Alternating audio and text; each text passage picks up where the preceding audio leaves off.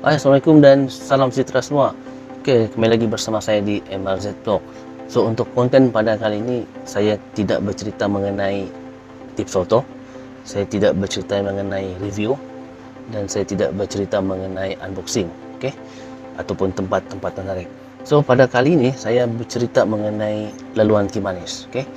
Yang mana laluan Kimanis ni seringkali dikaitkan dengan satu laluan yang agak popular sebenarnya dari dulu hingga sekarang, yang mana laluan tersebut dikaitkan dengan graviti. Okey, pasti anda pernah dengar kan apa itu laluan yang mempunyai graviti. Okey, ianya terletak di dalam kawasan laluan Kimanis, okey, di area Batu 32.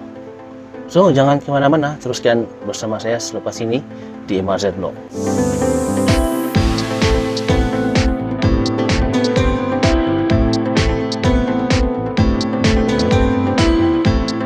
Alright, kembali lagi bersama saya di MRZ Vlog untuk segmen apa nih? Segmen bercerita mengenai laluan Kimanis.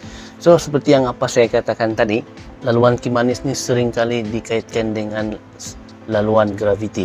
Okay? Selain daripada laluannya yang terkenal dengan curamnya, okay? Bukit ganangnya, laluan curam, selekornya semua.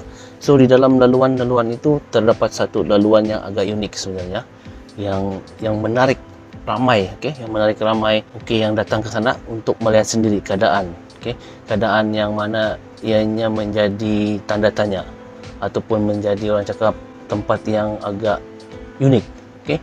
Tempat itu yang dimaksudkan ialah di area Batu 32, okey, kilometer 32, Jalan Kimanis Keningau. So, ramai orang di sana yang datang melihat sendiri keadaannya, melawan hukum fizik. Okey, ianya melawan hukum fizik. Kebiasaannya orang akan cubalah ambil botol air, kan, simpan di tepi jalan raya itu, dia akan bergolek ke atas, okey, ataupun orang tuang air itu akan naik ke atas. Dan ada juga di kalangan pemandu yang datang di situ, dorang freekan gear dan kereta itu naik ke atas. So di sanalah banyak orang menyatakan kawasan itu konon-kononnya mempunyai pusat graviti ataupun magnetik. So, apabila cerita ini menjadi viral, okay, dari masa ke semasa, daripada tahun-tahun yang sudah, so ramailah kan, ramai orang datang. Tidak kira lah dari Semenanjung, dari pelbagai pelosok tempat, okay, datang sendiri untuk melihat tu. Dan mereka menyatakan Bukit Kimanis tu, laluan tu merupakan salah satu tempat yang ajaib lah di muka bumi ini. So, saya sendiri pun pada asalnya menerima lah, okay, keajaiban itu, okay, sebab saya sendiri pernah mencuba di tempat tu banyak kali lah sebenarnya. Dan saya cuba sendiri, daripada saya letak kereta, saya freekan gear, dan kereta itu akan bergerak melawan hukum fizik. So, kalau melawan hukum fizik ni, anda faham lah, sepatutnya kalau bukit tu condong ke bawah, dia akan turun ke bawah kan, tetapi ini dia akan naik ke atas. So, itu yang dikatakan melawan hukum fizik, okay, yang tidak boleh diterima akal. So, selain itu saya juga mencubalah ambil botol air, okay, letak di tepi jalan raya tu, dan dia akan bergolek ke atas, okay. Selain itu tuang air, dan banyak juga lah benda-benda ni dilakukan oleh orang yang berkunjung di situ. Kalau anda lihat sendirilah, kebanyakan konten-konten yang orang lain buat ada juga disiarkan di Facebook ataupun di YouTube sendiri. So, banyak orang mengulaslah mengenai laluan tersebut.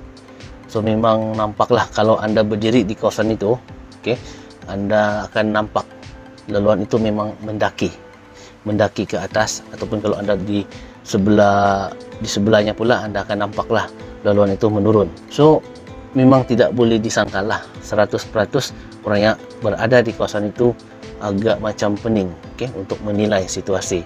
Dan akhirnya mereka menyatakan tempat itu kemungkinan besar mempunyai elektromagnet yang boleh menyebabkan sesuatu benda itu melawan hukum fizik. Hari ini, okay, kali ini saya akan terangkanlah berdasarkan apa yang saya dapat lah, okay, apa yang saya dapat daripada hasil data GPS lah katakan, yang saya dapat perolehi daripada laluan tersebut. So, saya tidak pasti ianya tepat, tapi kalau berdasarkan logik daripada data GPS yang saya buat itu, ianya nampak menunjukkan bahawa laluan tersebut mempunyai laluan yang bukan daripada tarikan elektromagnet dan sebagainya.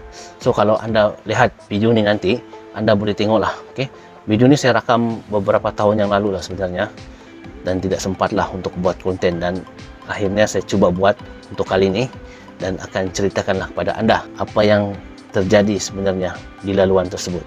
Video yang anda dapat lihat sekarang ni sebenarnya, okay, yang anda dapat lihat rakaman ni, kalau anda dapat tengoklah kan, rakaman ni saya sedang balik ke Kimanis, maksudnya daripada Keningau balik ke Kimanis. So saya rakam lah, dalam perjalanan tu saya rakam, saya menggunakan GoPro Hero 8, okay? GoPro Hero 8, okay? Dimana waktu saya rakam tu saya aktifkan GPS nya, GPS daripada satelit semua tu. So saya buat rakaman macam biasalah, dan apabila rakaman tu telah selesai, saya buat analisis, okay? Analisis data tu ditariklah, dianalisis data GPS tu, dan terhasillah GPS yang anda nampak di sebelah kiri tu, okay? Yang graf tu itu adalah bacaan daripada aras laut, ketinggian aras laut. So anda boleh nampak, okay? Anda tengok video yang sekarang ni, di hadapan tu sepatutnya jalan raya tu sedang mendaki kan, mendaki, melihat daripada mata kasar anda lah. Tapi kalau anda lihat daripada graf di sebelah kiri tu, okay, graf itu menurun. Maksudnya bila graf itu menurun, sebenarnya ia menunjukkan data jalan raya itu sedang menurun. Okay, maksudnya turun bukit lah. Tapi apabila anda melihat pula pada jalan raya itu, ianya seolah-olah mendaki jalan raya. So di situ nampak persilangan yang satu turun, satu naik, kan? Dan hasil daripada data GPS itu menyatakan jalan raya itu sebenarnya sedang menurun. Kalau tengok graf tu pun dia sedang menurun dengan condong. Sebab itulah kadang-kadang yang orang berhenti di situ tu, kereta tu menjadi naik ke atas. Okay? Sebenarnya jalan raya itu menurun. Okay. Ini yang dikatakan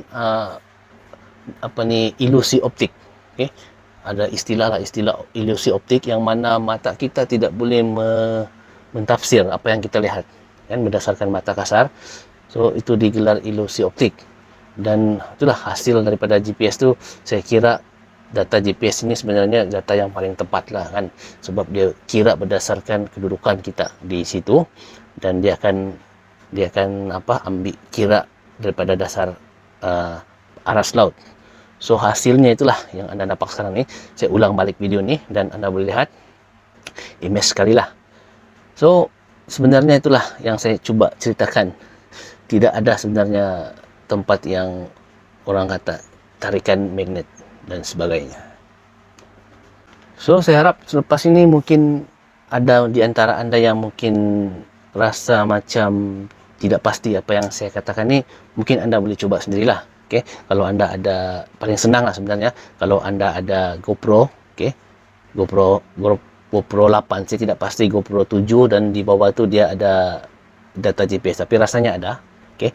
Anda aktifkan GPS pada GoPro anda tu, ataupun kalau anda ada device lain yang lebih canggih sebenarnya, anda boleh cuba. Okay? Anda boleh cuba dan memandu di situ, dan anda akan dapat hasilnya berlawanan lah. Hasil yang anda akan dapat tu berlawanan. Yang anda nampak menurun, tapi hakikatnya dia sedang menaik. So inilah yang dikatakan ilusi optik. Ilusi optik yang otak tidak boleh mentafsir apa yang sedang dilihat. Okay.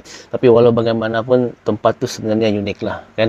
Ramai orang datang berkunjung untuk mencuba sendiri pengalaman, dan ada yang itulah, kalau yang macam terkejut lah ataupun kagum dengan kejadian tu, sebab apa yang anda nampak tidak boleh diterima, okay? Melawan hukum fizik daripada pikiran anda. Inilah hasilnya data GPS yang saya terima lah. So kalau anda mungkin ada pengalaman lain daripada yang lain, mungkin anda boleh kongsikan di bawah ni, anda boleh komen, okay? Dan boleh berkongsilah dengan saya dan penonton yang lain. Mungkin ada di kalangan yang pemandu selama ni ada pernah mencuba lah, kan, dan hasilnya bagaimana. Mungkin pada anda yang belum pernah lah datang ke tempat tu, okay, belum pernah berkunjung, so anda boleh cubalah untuk menikmati sendiri keunikannya, kan. So di tempat tu dia sebenarnya di area Batu 32 ataupun kilometer 32. Tapi saya rasa tempat tu bila tanda 32 tu sudah hilang, macam hilang. Tapi anda boleh agak lah daripada tanda jalan Batu 30 tu, anda boleh bersedia lah di situ kalau anda belum biasa. So kawasan tu memang nampak lah, di depannya tu memang bukit tinggi untuk mendaki. Dan sebelum anda memulakan pendakian tu, di bawah tu lah, dia betul-betul di Batu 32, okay? Kilometer 32, Jalan Kimanis, Keningau.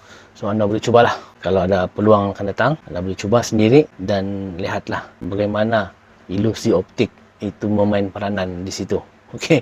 So pada anda yang baru saja mengikuti saya di channel ini, di MRZ Vlog, seperti biasalah, kalau anda suka dengan channel ini, jangan lupa subscribe, like and share dan aktifkan button lonceng supaya anda tidak ketinggalan konten-konten terbaru daripada MRZ Vlog. Selain itu, anda mungkin boleh juga like page saya di Facebook, okey. Linknya saya sertakan di bawah ni, okey. Like Facebook saya MRZ Vlog. Di situ banyak juga video-video saya kongsikan untuk anda. Rasanya sampai di sini konten saya pada kali ini, yaitu pecah rahsia Jalan Kimanis. Okay. So sampai jumpa lagi untuk konten akan datang. Assalamualaikum dan salam sejahtera. Jumpa lagi, bye.